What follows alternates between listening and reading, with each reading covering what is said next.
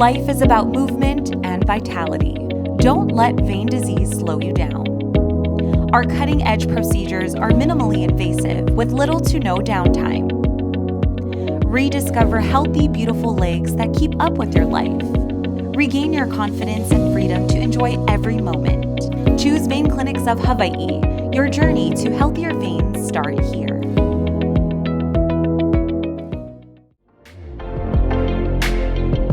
Aloha, I'm Kellie Nakahara, and here are today's top Hawaii headlines from the editors of the Honolulu Star-Advertiser.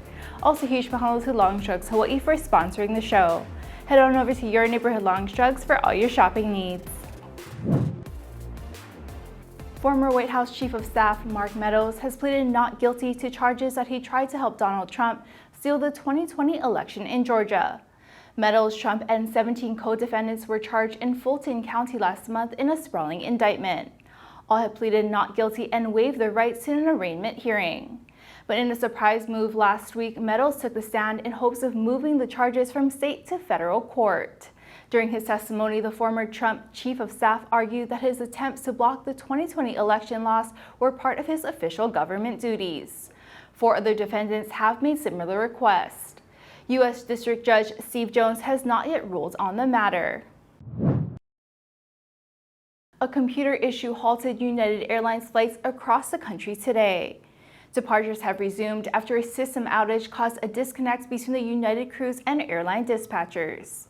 The carrier asked the Federal Aviation Administration to pause its departures nationwide for about an hour as the problem was fixed. The FAA announced that the ground stop was lifted shortly before 8 this morning.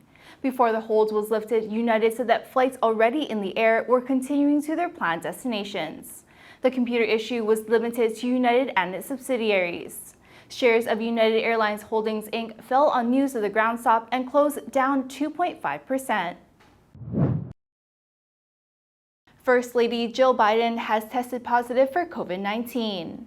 According to the White House, the First Lady is experiencing mild symptoms and will remain at the Biden family home in Rehoboth Beach, Delaware.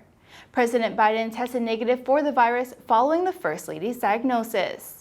He returned to the White House Monday evening and is expected to continue regular testing throughout the week. If he tests positive in the next several days, it could jeopardize plans to travel to India for a meeting of the group of 20 leaders. Public health officials have noted an increase in COVID infections around the country over the past few weeks. The newly identified EG5 variant has become the dominant variant of COVID in the United States. Another recently identified variant, BA.2.86, has more mutations than previous Omicron variants and raises concern that it could be better at evading vaccines. Senate Republican leader Mitch McConnell's health episodes show no evidence of being a stroke or seizure disorder. That's according to a letter from the Capitol physician that was released by McConnell's office today. The letter said the senator underwent several medical evaluations, including a brain MRI, but it did not offer an explanation for his freeze-ups during 2 recent press conferences. In August, McConnell froze while speaking to reporters at the Capitol. A similar incident occurred last week in Kentucky when he was asked whether he would run for re-election in 2026. The freeze-ups come after McConnell fell and suffered a concussion earlier this year. The recent health issues have caused concern among fellow Republicans about McConnell's ability to remain as a leader. Stocks slipped on Wall Street today after traders returned from a long holiday weekend. The S&P 500 fell 0.4%, while the Nasdaq Composite slipped 0.1%. Both indexes were coming off their second weekly gain. The Dow Jones Industrial Average lost 0.6% and the Russell 2000 Index closed 2.1% lower. Losses in industrial, healthcare, and financial stocks were the biggest drag on the benchmark S&P 500. Technology and energy stocks were today's bright spots.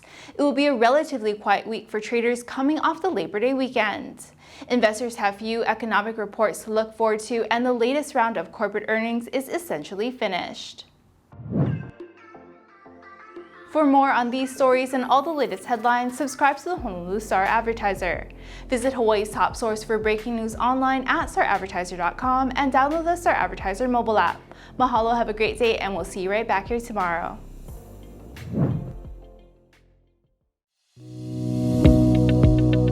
Call us at 808 585-2955 or visit our website at veinclinicsofhawaii.com to schedule your consultation.